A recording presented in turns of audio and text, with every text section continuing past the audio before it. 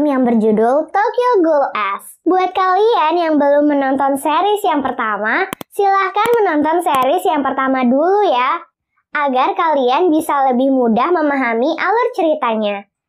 Tanpa berlama-lama lagi, yuk langsung aja kita ke alur ceritanya. Film diawali dengan penampakan seorang wanita cantik yang bernama Margaret sedang berada di perjalanan menuju suatu tempat.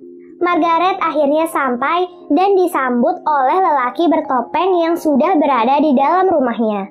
Lelaki bertopeng itu adalah Gourmet. Gourmet adalah ghoul yang menyukai cita rasa manusia atau cita rasa makanan. Margaret pun terkejut melihat sosok ghoul yang berada di dalam rumahnya itu. Ia benar-benar tidak bisa melakukan apapun untuk melawan.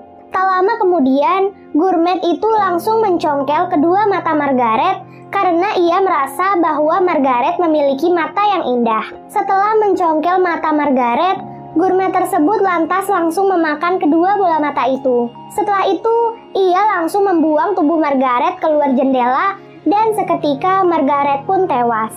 Karena kejadian kematian Margaret, CCG akhirnya memfokuskan patroli di distrik 20 dan akan membasmi ghoul yang berada di sana. Cerita lalu beralih dan menampilkan Kaneki yang berlatih bersama Touka. Terlihat bahwa Kaneki masih belum mampu menandingi kekuatan dan kemampuan Touka. Ia juga belum bisa mengontrol Kagune miliknya. Setelah pelatihan itu selesai, Touka meminta Kaneki untuk menjauhi Hide sahabatnya. Hal itu dikarenakan ia tidak ingin Hide mengetahui identitas Kaneki sebagai ghoul. Keesokan harinya, terlihat Kaneki dan Touka yang berada di sekolah seperti biasanya. Namun Touka tampak berbeda. Ia menolak makanan dari sahabatnya yang bernama Yoriko dan meminta Yoriko untuk tidak berteman dengannya lagi. Touka sepertinya tak ingin Yoriko mengetahui identitasnya yang sebenarnya. Di tempat lainnya, terlihat Uta yang datang ke sebuah bar.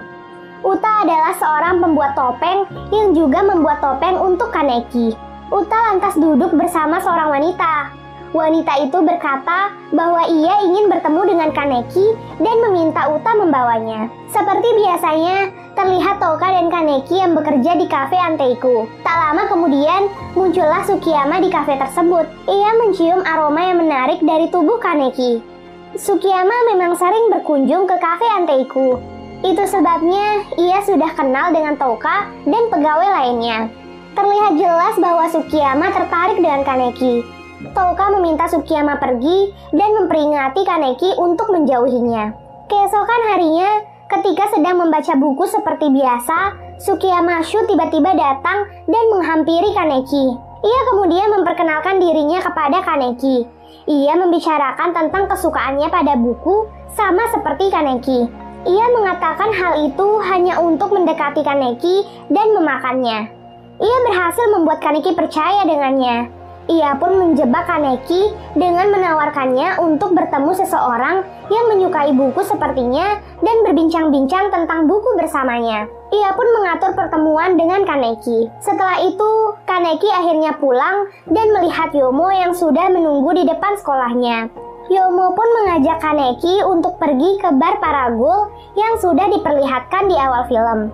Setelah sampai di bar, Yomo memperkenalkan Kaneki dengan Itori. Itori adalah wanita yang bersama Uta hari itu. Itori lalu berkata bahwa ia mengetahui kejadian sebenarnya di balik kecelakaan yang dialami Kaneki hari itu, yang menewaskan Rize dan mengubahnya menjadi ghoul. Itori lalu berkata bahwa ia akan mengatakan tentang hal itu dengan syarat Kaneki mau mencari restoran ghoul untuknya. Ia pun menyarankan kepada Kaneki untuk bertanya kepada Sukiyama jika ia tidak tahu letak restoran itu. Keesokan harinya, Kaneki akhirnya bertemu dengan Sukiyama. Dengan sengaja, Sukiyama menggores tangan Kaneki dan membuatnya terluka. Ia pun memberikan sapu tangan miliknya agar ia bisa merasakan darah Kaneki meski hanya sedikit. Sukiyama lalu pergi sebentar dan mencium bau darah Kaneki. Ia sangat terkejut dengan bau darah Kaneki yang sangat berbeda dengan darah lainnya. Ia benar-benar tergila-gila dengan darah Kaneki dan tidak sabar untuk memakannya. Setelah itu, Sukiyama lalu mengajak Kaneki untuk makan di restoran favoritnya. Di balik semua itu, Sukiyama berencana untuk menjadikan Kaneki sebagai hidangan bagi para ghoul yang berada di dalam restoran tersebut. Kaneki yang mengetahui hal itu mencoba sekuat tenaga untuk kabur. Para ghoul lain yang mencium bau darah Kaneki dari sapu tangan Sukiyama menjadi menggila. Sesaat sebelum dibunuh, secara tiba-tiba datanglah pasukan Shishiji yang dipimpin oleh agen Amon dan membuat kekacauan yang sangat besar. Para ghoul yang berada di dalam restoran itu dibantai habis-habisan. Kaneki lalu memanfaatkan kekacauan itu untuk kabur dan menyelamatkan diri. Keesokan harinya, Kaneki terbangun di kafe Anteiku dan berbicara dengan Yoshimura dan Touka. Ia menceritakan kejadian yang menimpanya kemarin malam. Yoshimura lantas memberikan wejangan kepadanya agar ia tidak ceroboh lagi. Setelah hal itu, Touka lalu melanjutkan pekerjaannya di kafe seperti biasanya. Tiba-tiba Yoriko datang dan menghampirinya. Yoriko merasa khawatir dengan keadaan Touka yang tidak datang ke sekolah. Yoriko pun datang dan membawa makanan untuk Touka. Touka lantas membuang makanan yang hendak diberikan oleh Yoriko untuknya. Yoriko yang sedih lantas langsung pergi dari kafe Anteiku. Di tempat lainnya, Kaneki pergi dari kafe dan berjalan-jalan sebentar.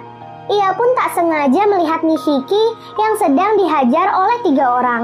Melihat hal itu, ia merasa tak tega dan mencoba membantu Nishiki. Dengan pelajaran yang ia dapatkan dari Touka, ia akhirnya bisa mengalahkan ketiga orang itu.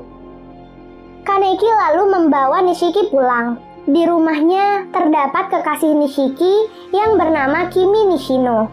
Meskipun Nishiki adalah ghoul, namun kekasihnya Kimi adalah seorang manusia. Hal tersebut membuat Kaneki kaget dan Kimi pun menjelaskan hal yang dirasakannya. Kaneki lalu menawarkan bantuan untuk Nishiki yang sangat membutuhkan daging manusia. Kaneki lantas pergi ke kafe Anteiku dan hendak mengambil beberapa daging. Namun ia dipergoki oleh Touka. Setelah itu, Touka dan Kaneki pun menerima surat. Surat itu ternyata ditulis oleh Sukiyama.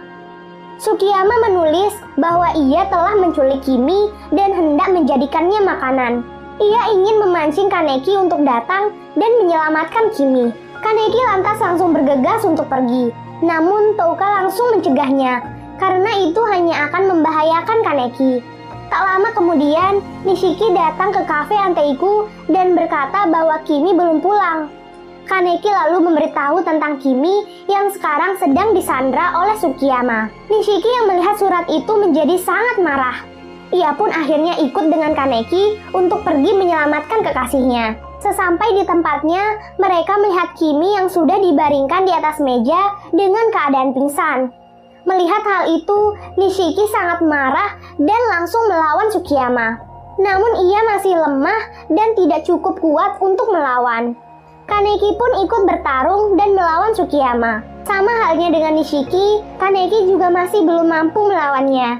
Alhasil, ia dihajar habis-habisan oleh Sukiyama. Touka datang di waktu yang tepat. Ia langsung melancarkan serangan kepada Sukiyama dan terlihat bahwa Touka cukup bisa melawan Sukiyama. Kaneki lantas bangkit dan ikut bertarung melawan Sukiyama. Duel kali ini berubah menjadi 2 lawan 1. Pertarungan pun terjadi. Sukiyama lantas mampu melawan dan mengalahkan Kaneki dan Touka. Ia mematahkan tangan dan kaki Kaneki dan menusuk perut Kaneki dengan tangannya sendiri. Ia pun menjilati jarinya yang sudah dilumuri oleh darah milik Kaneki. Selain Kaneki, Touka juga terluka parah akibat Sukiyama. Perut Touka ditusuk oleh Kagune milik Sukiyama dan membuatnya terkapar. Kaneki lalu didudukan di depan tubuh Kimi oleh Sukiyama. Ia diajak untuk menyantap tubuh Kimi bersama. Nishiki masih tidak menyerah. Ia berusaha menyelamatkan Kimi, namun itu sia-sia. Nishiki lantas mengingat kebersamaannya dengan Kimi. Ia mengingat awal mula perasaannya tumbuh untuk Kimi. Hal itu karena saat tubuhnya lemah dan tak berdaya, Kimi merelakan tubuhnya untuk dimakan oleh Nishiki. Kimi mengingat bahwa Nishiki pernah menyelamatkannya dan hal itu yang membuatnya jatuh cinta. Karena hal itu, Nishiki kembali disiksa dan ditusuk berkali-kali oleh Sukiyama. Di sisi lain, karena kelengahan Sukiyama, Kaneki berhasil mendekati Touka dan berhasil memberikan sedikit tubuhnya untuk Touka. Kaneki ingin Touka pulih dari lukanya itu. Setelah menggigit tubuh Kaneki, Touka lantas langsung berubah dan menjadi lebih kuat. Ia lantas langsung menyerang Sukiyama. Pertarungan kali ini memperlihatkan bahwa Touka cukup mampu mengimbangi serangan dari Sukiyama. Serangan demi serangan dilancarkan oleh mereka berdua. Karena serangan Touka, Sukiyama lantas mendekati Kimi dan hendak memakannya. Namun dengan cepat Kagune Kaneki berhasil menghentikannya. Kaneki akhirnya mampu mengendalikan Kagunenya dan melancarkan beberapa serangan kepada Sukiyama. Touka juga bergabung dan memberikan serangan terakhir kepada Sukiyama. Hingga akhirnya Sukiyama pun tewas. Setelah hal itu, Touka hendak membunuh Kimi yang sudah mengetahui identitas mereka. Kimi pun terbangun dan melihat Kagune milik Touka. Ia langsung memujinya dan mengatakan bahwa Kagune yang dimiliki oleh Touka sangatlah indah. Hal itu membuat Touka mengurungkan niatnya untuk membunuh Kimi dan akhirnya pergi. Setelah kejadian itu, Nishiki akhirnya bekerja di kafe Anteiku bersama dengan Kaneki agar ia bisa hidup dengan lebih baik. Kehidupan mereka akhirnya kembali seperti semula. Film lalu diakhiri dengan Touka yang datang dan menghampiri Yoriko. Ia akhirnya berbaikan dengan Yoriko dan tertawa bersamanya. Touka sadar bahwa ternyata manusia dan ghoul bisa hidup berdampingan dengan baik. Dan film pun selesai.